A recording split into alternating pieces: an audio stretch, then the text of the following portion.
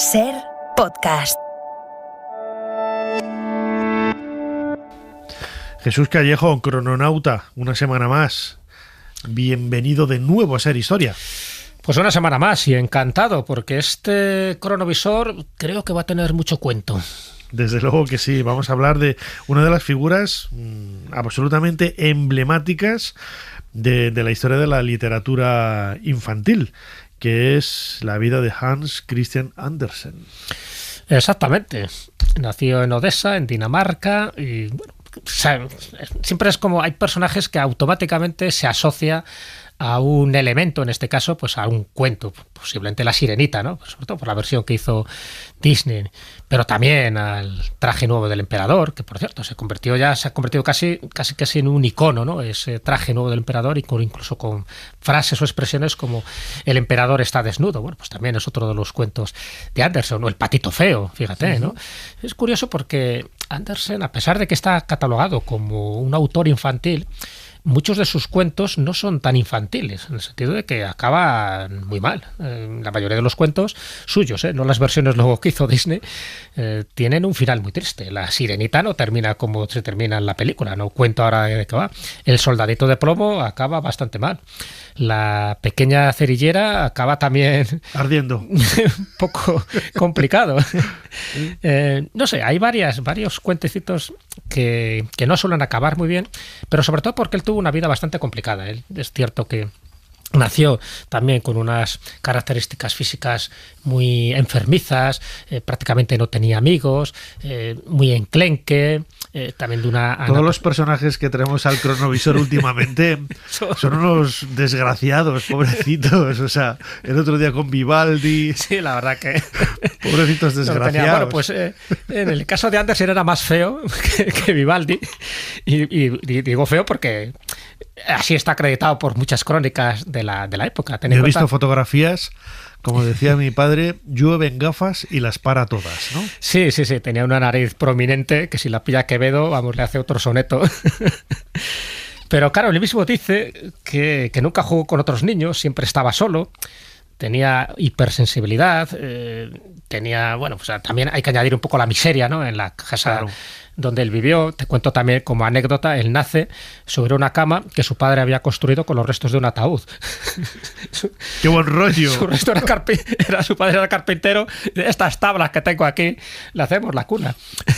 En fin, yo creo que esto marca carácter, como se decía antes, ¿no? Te digo ya. Si encima pues tú le llevas a la vidente, ¿no? A la bruja de turno que había por allí, porque claro, el niño había nacido ya un poco enfermizo, dice, a ver lo que le queda de vida a este niño. Entonces su madre, que era una lavandera y letrada, en fin, ya tengo una familia muy, muy humilde, pues después del parto, cuando ya se pone en pie, cuando ya ve que el niño pues le ha nacido como le ha nacido, en fin, muy, muy, muy guapo no era, pues le lleva a esta adivina para que adivine su futuro. Y una de las frases que dice la adivina, echando las cartas, la clásica pitonisa de la época, dice, algún día Odense, es decir, la ciudad natal, será iluminada por él. Y efectivamente, ella acertó. O sea, que algo vio en él, que evidentemente la belleza no solo está en el exterior. De hecho, el patito feo no deja de ser una metáfora de todo esto, ¿no? Y muchos dicen que el patito feo estaría un poco reflejando su vida personal. Y sobre todo esa infancia, que lo tuvo bastante complicado, porque a los 11 años, pues ya, en fin, su padre había muerto y él tuvo que ganarse la vida, tenía que buscar sustento para la familia y se pone a trabajar primero de ayudante de sastre y luego en una fábrica de cigarros.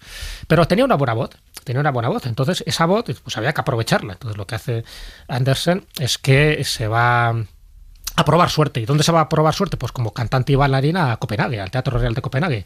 Y efectivamente tenía una voz prodigiosa hasta que se hace mayor y cambia la voz. Entonces ya no le querían. Dice, no, esta voz ya no nos gusta tanto. Con lo cual dice, pues ¿qué hago?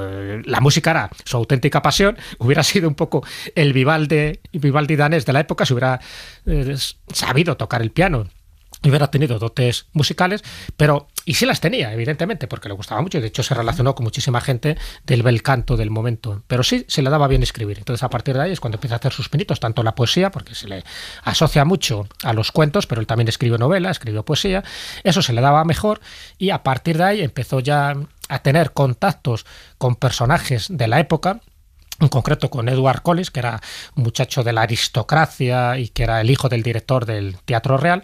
De hecho, se enamoró de él claro, el que fuera jovencillo en aquella época en Dinamarca, que fuera un poco afeminado, tampoco se le favoreció mucho en las relaciones sociales, porque evidentemente le gustaban tanto mujeres como hombres, se enamoró de Edward Collins, pero evidentemente había una diferencia social que también en aquel momento estaba muy marcada en Dinamarca, y eso pues le hizo que ese primer amor pues también quedara un poco marginado. Así que un poco su vida fue de amor en amor, en fin, de fracaso en fracaso, de cuento en cuento, y gracias a que su vida se convirtió en un pequeño cuento de hadas, pues pudo prosperar y al final fue reconocido hasta el punto de que viajó por muchísimos lugares de Europa y entre ellos, cómo no, vino a España, que le encantaba muchísimo porque tenía un tópico de España que luego no se correspondió con la realidad.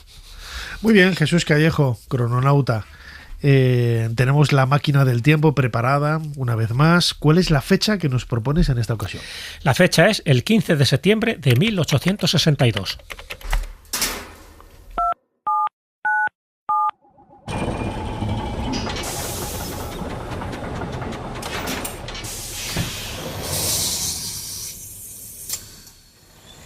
Adelante, pasen. Jesús Callejo les está esperando junto al cronovisor.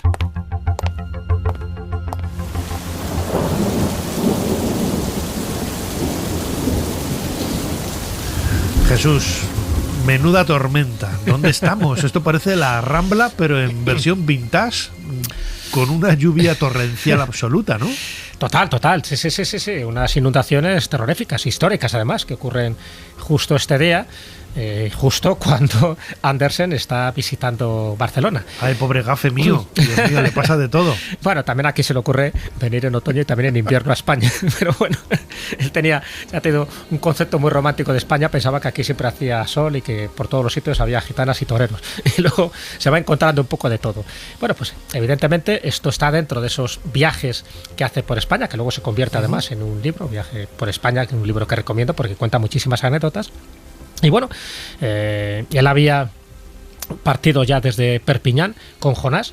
Con Jonás era un joven zoólogo que era el hijo y el protector de su amigo Edward Collins, el que te comento antes. Había una diferencia de 30 años de edad, con lo cual era, pues bueno, su amigo y su confidente para este tipo de viajes. Y ellos se alojan, ellos habían ya partido desde Perpiñán en diligencia, habían llegado a España cruzando los Pirineos, entraron por la frontera de la Junquera y camino a Figueras, a Gerona. Luego ahí en Gerona cogen un ferrocarril, dice qué maravilla de ferrocarril, dice qué comodidad comparada con la diligencia, por fin sus huesos maltratados pues empezaron un poco a tener cierto alivio, y cuando llegan a Barcelona se alojan en la Gran Fonda Oriente de la Rambla, ¿vale? La Gran Fonda Oriente, que por cierto ahora existe pero como hotel Oriente. Bueno, pues muy bien, ahí están un par de semanas y justo, bueno, durante esos días ellos han estado paseando por el barrio de la Catedral, se acercaron a la Barceloneta, allí estuvieron viendo una corrida de toros en la Plaza del Torín, por cierto, la experiencia no le gustó nada, pues pensaba que era un espectáculo cruel y primitivo, pero le llamaba mucho la atención porque los barceloneses de aquella época, con independencia de las clases sociales, les gustaba mucho la tauromaquia. Entonces, bueno, llamaba la atención que les gustara, ¿no?, a los españoles un espectáculo que para él era bastante sangriento y bastante violento. Luego volvió otra vez a una corrida de toros cuando estuvo en Málaga, ¿eh? O sea que él seguía un poco con esa línea. Que no, pero repitió. Repitió. Eso nos ha pasado a todos, ¿no? Bueno, nos gusta, pero luego tienes algo que te atrae. Claro, a ver, porque no deja de ser algo representativo también de esos tópicos españoles que había, ¿no? De, no, aquí tenemos corrida de toros y tal. Pues él quería ver todos los tópicos para luego reflejarlo en sus libros. Ten en cuenta que él ya venía precedido de otros viajeros ilustres que habían estado en España, viajeros ilustres franceses como Teófilo Gautier, como Víctor Hugo, como Alejandro Dumas, como Próspero Mérimée, ya habían estado aquí. También algunos ingleses, ¿no?, como Samuel Cook, también estuvo George Barrow, por ejemplo, vendiendo las famosas Biblias, Richard Ford, Washington Irving, que fue además embajador, con lo cual ya tenía un concepto, pues eso, muy, muy llamativo, muy típico y muy tópico de España. Bueno, pues en los últimos días, porque prácticamente están un par de semanas en Barcelona recorriendo distintos lugares, en los últimos días, justo el 14 de septiembre es cuando se produce esta lluvia, que no debería pasar más allá de un simple torrente, pero es que continúa lloviendo hasta el día 15 de septiembre, que es cuando hemos venido con este cronovisor, donde estamos viendo a Jonás y estamos viendo a Hans Christian. Jonás subido a la ballena, casi, ya, ¿no? El nombre era como... ya anunciaba maneras, ¿no? Como muy representativo y casi profético, ¿no? Y él lo cuenta, y además lo cuenta, y porque lo estamos además presenciando. Él ve cómo la Rambla se empieza a inundar, cómo va bajando chorros de agua, corrientes de agua de color café amarillento que parecían formar como una cascada. Él cuenta cómo esas cascadas eran como un río, ¿no?, que se llevaba todo lo que encontraba a su paso. Incluso están viendo cómo un carro que llevaba terracota ha sido arrastrado un buen trozo de la calle abajo, y el agua saltaba sobre él, sobre el carro. El agua entraba en las casas, la gente iba con el agua hasta las caderas caminando. Incluso están viendo cómo una mujer es arrastrada por la corriente y como alguien prácticamente in extremis la está salvando de morir ahogada. En fin, todo este tipo de cosas es lo que a él le llama la atención, porque dice, bueno, ¿qué ha pasado? ¿He venido en un momento dramático o esto es lo habitual? Y efectivamente, no era habitual, es algo muy extraño que solo lo supera una riada y una tormenta un siglo después, cuando se produce un siglo después, también justo en esa zona de las Ramblas. Así que no sé si era gafe o llegó justo en un momento poco apropiado, pero muy llamativo, ¿no? Hasta el punto de que, bueno, el poco ya se largó, ya prácticamente sus días allí ya los tenía finalizados, pero él le impresionó, ¿no? Le impresionó toda esa riada, que efectivamente al final, con todo el dramatismo, porque se llevó casas por delante y tejados, pero sin embargo no murió demasiada gente, ¿no? O sea, eso casi también fue algo prodigioso. Bueno, lo suficiente es para que al día siguiente amaneció con un sol espléndido y ya fue preparando el siguiente destino, que era la zona levantina, sobre todo ir a Valencia. Y le desaconsejan ir en carromato, ir en diligencia, que no le gustaba nada, porque pensaba que las diligencias en cualquier momento le iban a atracar, sobre todo cuando llega a Sierra Morena, pero al final coge un vapor, un barco. Y en Valencia le pilla una gota fría, seguro. Pasa que la gota fría le pilla ahí directamente a Barcelona. No, pero bueno, luego le pillan nevadas, le pilla muchas más cosas donde él no ve todo lo que le gustaría ver, porque va a Levante, ya digo, va a Valencia, le entusiasma la lonja, va a Játiva, va a Orihuela, llega a Murcia, él ve una procesión, dice, mira qué bonito, una cosa típica, y luego se entera que es un entierro. Va poco a poco descubriendo, ¿no?, las peculiaridades de la España del siglo XIX. Llega a Cartagena, está en Andalucía va a distintos lugares, por ejemplo Málaga. Para él Málaga, dice, ninguna otra ciudad española le ha llamado tanto, ¿no?, la atención y tan a gusto se ha sentido en Málaga. En Granada, por ejemplo, también le encanta, dice que Granada es una de las ciudades junto a Roma que prácticamente es más interesantes de todo el mundo, por lo menos del mundo que él conocía. Está en Cádiz, está en Sevilla, está en Córdoba, llega a Madrid. En Madrid llega con una nevada terrorífica. En fin, y él dice, a Madrid no le gusta nada. Dice, esto no tiene carácter de capital, porque ha visto otros sitios mucho más bonitos que Madrid. Entonces no entendía cómo Madrid podía ser capital. Solo se salva, según él, el Museo del Prado, que le encanta, evidentemente, natural, y los espectáculos de ópera italiana. Ahí va, ya no va a corridas de toros, porque ya quedó bastante estragado. Y encima, como no lo conoce nadie, porque ten en cuenta que en la España de aquella época nadie sabía quién era Andersen, y él esperaba, con otros sitios donde cierto iba, reconocimiento, pues, prácticamente, ¿no?, que había una banda de música y que le estaban esperando allí con una alfombra roja en España. El duque de Rivas le saluda, que ya estaba bastante chocho, el pobre, le saluda un poquillo, y Juan Eugenio Hartzenbusch, que también le conocía un poco, porque bueno, conocía a embajadores y muchos referentes intelectuales del extranjero, pero salvo ellos, nadie va allí a recibirle en Madrid, estoy hablando. Así que él le llama mucho la atención cómo puede ser que un escritor de raigambre y de su hidalguía no fuera reconocido. Eso le llama mucho la atención, ya digo. Va a Burgos, hay una nevada y no puede visitar la tumba del Cid por eso mismo, porque las inclemencias meteorológicas son terribles. Y al final ya va a Vitoria, San Sebastián, que le parece una ciudad genuina española, ¿no?, con un paisaje maravilloso, y luego ya a través de Irún se vuelve otra vez para su tierra. Así que el viaje que hace en España es sumamente interesante porque nos da la visión de un extranjero, pero de un protestante. Ten en cuenta que entra en una España católica donde ciertas cosas las ve con carácter muy alegre, y además ve que estamos como muy avanzados, ve que hay ciudades mucho más progresistas en cuanto a medios que Dinamarca, ¿no?, que su país natal, pero sin embargo en otras cosas ve que estamos como anclados en tradiciones, en viejas supersticiones que él no acaba de entender muy bien. Casi hizo un periplo como la Vuelta Ciclista a España, te iba a decir, dio una vuelta bastante grande a la península. Queríamos hablar de la figura de Andersen con una persona que nos has recomendado tú, Jesús Callejo, que ya estuvo en la escóbula de la brújula, Ana Griot, que es filóloga y especialista en literatura tradicional. Ana, bienvenida a Ser Historia. Hola, ¿qué tal? ¿Cómo estáis? Muchas Muy bien. gracias Además por invitarme. gracias a ti, además de filóloga y especialista en literatura tradicional, es leonesa, como todos nosotros. Hay que aplaudir, claro que sí. Viva León, viva León. Muy bien, muy bien. Ana, la figura de Andersen marca un poco, ¿no?, la historia de la literatura infantil, pero lo comentábamos Jesús y yo al principio, quizás, ¿no?, algunos de esos aspectos de su literatura hoy no serían, o no son ya, después de las versiones de Disney, políticamente correctos, o bien deberían ser adaptados, ¿no?, a esa literatura infantil tan dulcificada de hoy en día, ¿no?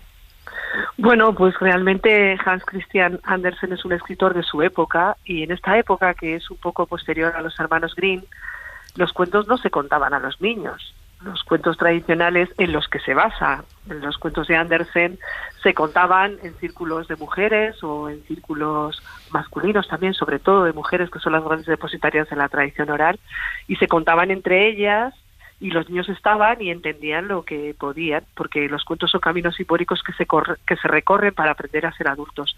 Por esa razón tienen este sesgo que nos parecen como poco infantiles. El concepto de infancia aparece en esa época, lo mismo que los nacionalismos, pero hasta entonces los niños se vestían con ropa de adultos, pero más pequeña. No había moda infantil, no había literatura infantil, no había nada con el epíteto infantil, sino que estaban y formaban parte de la familia, y así aprendían a ser adultos, ¿no?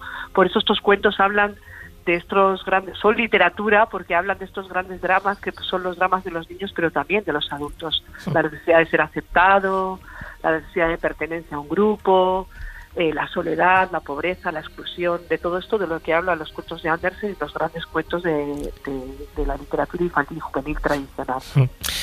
Comentaba antes, Ana, que muchos de sus cuentos parece que son como pequeños rasgos biográficos en la vida de Andersen, ¿no? Que, en fin, que no lo pasó muy bien, sobre todo en su infancia y su juventud, y muchos de sus cuentos no terminan bien, cosa que por entonces, incluso ahora, pues parece que un cuento infantil debería terminar bien, cosa que ahí Andersen se salta la norma a la torera, y muchos cuentos, como hemos comentado, ¿no? En fin, tanto La Sirenita como El Abeto, o como incluso La Cerillera, pues termina, o El Soldadito de Plomo, terminan bastante mal. ¿Tú crees que se debía a una especie de, vamos a llamarla, de labor pedagógica, porque en fin, no todo tiene por qué terminar bien, ¿no?, para un niño, o sencillamente porque estaba reflejando pues cierta parte de amargura, ¿no?, y de circunstancias adversas que tuvo a lo largo de su vida? Bueno, es que lo de si termina bien o mal es un criterio de adultos y contemporáneo, porque yo creo que los cuentos acaban con la restitución de la justicia, los cuentos maravillosos, y la reparación del daño. Y en el caso de los cuentos de Andersen, el Patito Feo, por ejemplo, acaba reconociéndose en los cisnes y dándose cuenta de por dónde iba su exclusión. Creo que sobre todo los cuentos de Christian Andersen, de Hans Christian Andersen, son, como todos los cuentos de autor, están íntimamente conectados a su propia vida. Él era el Patito Feo, él era la cerillera, él era la sirenita. Quiero decir que hablan de él, hablan de su propia vida y de la vida de tantas y tantas personas pues que no tenían acceso a una vida cómoda, burguesa, porque en ese momento pues también no había una clase media muy consolidada y la mayor parte de la gente era pobre. Entonces, del poco acceso que había a la cultura, porque en esta época en España había un 95% de analfabetismo y en el resto de Europa más o menos. Entonces, quiero decir que habla de su época y habla de su vida, sobre todo, ¿no? Y para ello toma los grandes motivos folclóricos de la literatura tradicional que en ese momento del romanticismo alemán, estaban en boga en toda Europa. No todos los cuentos acaban bien tampoco en la tradición oral. Yo, que escucho mucho en África, como bien sabes, Jesús, sí. Una vez le pregunté al bibliotecario de Senegal, que cuando llegué a montar la biblioteca le pregunté: ¿a quién le contáis cuentos a los niños de niños? Y me miró con cara de "estás tonta", y me dijo: si le contáramos a los niños cuentos de niños, ¿cómo se iban a hacer adultos? Porque eso eran los cuentos. Y esos son los cuentos en la mayor parte del mundo, que también tenemos esa tendencia a pensar que nuestro mundo es el mundo. Pero nuestro mundo no es el mundo, es el mundo de una minoría. En África hay más de 2.000 lenguas, todas son orales, los cuentos se cuentan oralmente y los cuentos acaban mal, muchos de ellos. Cuando yo pregunté ¿por qué acaban aquí mal los cuentos?, me dijo: porque aquí las cosas acaban mal. Entonces, cuando tú vives en una circunstancia, en una sociedad donde las cosas no acaban bien, es muy difícil acabar el cuento bien, ¿no? Entonces, bien desde nuestro punto de vista, porque es verdad, la sirenita acaba mal, hasta cierto punto regresa a su elemento, al agua, ¿no?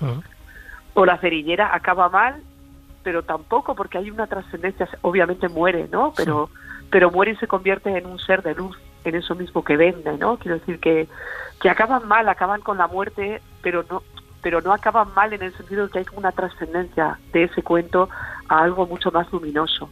Y yo creo que también eso es lo que Andersen quiere contar en sus cuentos, que también es muy importante. Hablar de él, de su vida, de su piel, de su vivencia, de su experiencia, a través de todos esos grandes motivos folclóricos universales y atemporales, que fue un poco también lo que hizo Shakespeare, ¿no? La obra de Shakespeare es clásica porque se basó en todas las leyendas que había en su época y habla de cosas que son universales, ¿no?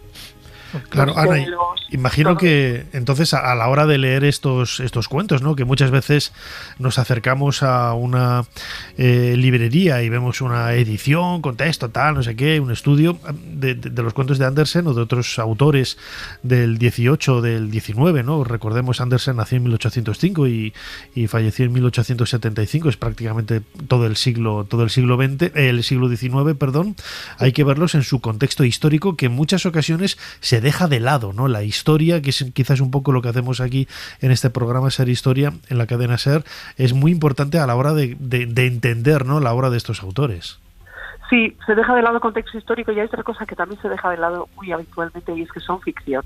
Claro. Los cuentos hablan del mundo de la ficción, no son reales.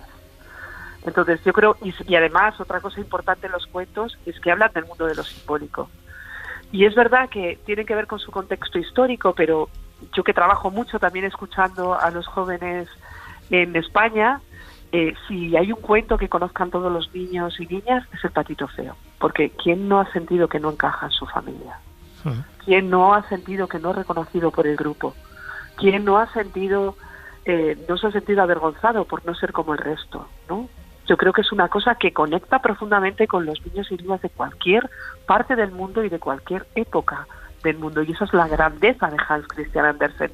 Y por eso lo consideramos un clásico. Porque parten de su contexto personal y su contexto histórico, pero llegan a lo universal, ¿no? La voz de la sirenita, esa búsqueda de tu propia voz es una cosa que, sobre todo los adolescentes, ¿no?, que tienen muchísimos problemas de nódulos y cuerdas vocales por una cuestión corporal de no reconocimiento de su propio cuerpo. Es una sirenita que está buscando sus piernas y que de alguna forma no concilia su ser pez con de pronto tener piernas, ¿no? O está buscando su propia voz también.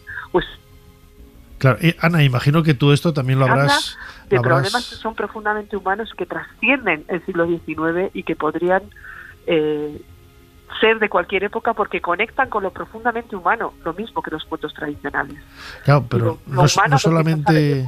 Ana, sí, no solamente desde el punto de vista temporal, sino también desde el punto de vista geográfico, ¿no? Tú has estado en otros continentes, ¿no? Y imagino que habrás visto en África, por ejemplo, en cualquier aldea de África, en cualquier pueblecito de África o en cualquier pueblecito de Hispanoamérica, aparentemente apartado de la gran civilización, estos relatos como El Patito Feo son perfectamente entendibles por los niños y los adultos de allí. Sí. Igual cambiándole en animal, porque en África no hay muchos patos. Sí. claro. Hay que adaptarlos. Ponemos un hipopótamo, que también. Y ya está, el hipopótamo feo, sí. Pues de hecho, fíjate, yo publiqué en nuestra editorial Libros de las Buenas Compañías un álbum ilustrado con una versión propia a partir de un folclorista, Maurice Betailler, que hizo un trabajo de escucha con los inuits. Y allí nuestro primer libro es La mujer esqueleto, que habla de una mujer que busca un hombre perfecto y se acaba casando con 2 osos polares. Porque cuando buscas un hombre perfecto te acabas casando con un animal, o con 2. Claro. Este mismo cuento lo escuché en Senegal. Qué fuerte. Claro, no hay osos polares en Senegal. Sí. ¿Con quién se casa? Mariamma, con una serpiente pitón.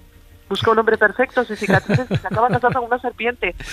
Cuenta lo mismo, pero está, digamos, adaptado de alguna manera, porque los cuentos son como cuando tú abres la nevera y te pones a cocinar. Le pones a la menestra o a la pasta lo que tienes. Pues los cuentos igual. Tú abres tu nevera de imaginario y le pones a los cuentos lo que tienes. Si no hay osos polares, pues obviamente los cuentos no aparecen osos polares, aparecen serpientes pitones, pero es el mismo, es el depredador lo que aparece ahí, ¿no? Entonces, sí. Por supuesto que son absolutamente entendibles y de hecho son muy... O sea, hay muchísimos cuentos de sirenas en Senegal. Claro, sí, porque eso es universal, ¿verdad? Eso es un mito universal, sí. Claro, hay una diosa yoruba, que es una sirena, que es la Yemayá de los orishas cubanos, ¿no? Sí. Entonces, hay toda una imaginación sobre mujeres pez increíble. Entonces, claro, y tiene también sufre de esa angustia que le produce no ser plenamente un humano y no ser plenamente un pez. ¿Que de qué habla eso?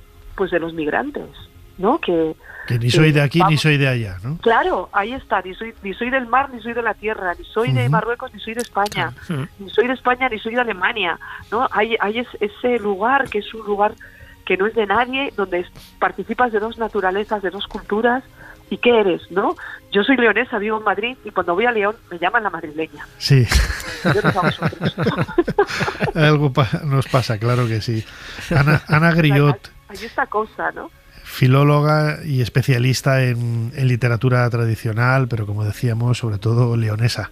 Ana, como siempre, muchísimas gracias por habernos ayudado a hacer un poquito más de historia.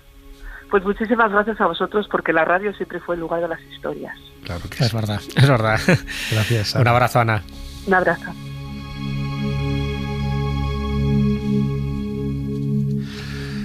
Jesús Callejo, crononauta, qué importante, lo decía ahora Ana Griot, el simbolismo que tienen los cuentos, ¿no? Que va más allá de la interpretación que puedas hacer, que va más allá de esa fábula, de esa parábola, de esa interpretación, de ese mensaje. El simbolismo va mucho más allá en esos cuentos, ¿no?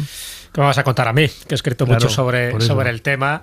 Y además porque considero que los cuentos tradicionales en general, pero también los cuentos de autor, que en este caso pues tienen nombres y apellidos, pues están transmitiendo en pocas líneas, en pocas páginas, muchas veces historias universales que tienen que ver o bien con la evolución de la propia humanidad o bien la evolución del propio ser humano, que a través de ritos de pasos y a través de pruebas y a través de ese viaje del héroe, de la heroína, pues poco a poco te vas conociendo a ti mismo y te vas realizando. Y los cuentos lo que nos están dando son como pistas en el camino para saber un poco hacia dónde vamos y sobre todo de dónde venimos, ¿no? Porque es muy, muy importante saber que todo este bagaje cultural, antropológico, etnográfico que tienen los cuentos procede de gente que nos ha precedido y que en estas pequeñas cápsulas de sabiduría pues nos están transmitiendo verdades que a veces son inmutables y universales. Por eso a veces cuando intentas hacer los cuentos políticamente correctos porque diciendo que son sexistas o son machistas, pues es un poco perder el mensaje originario y arquetípico que tienen los cuentos.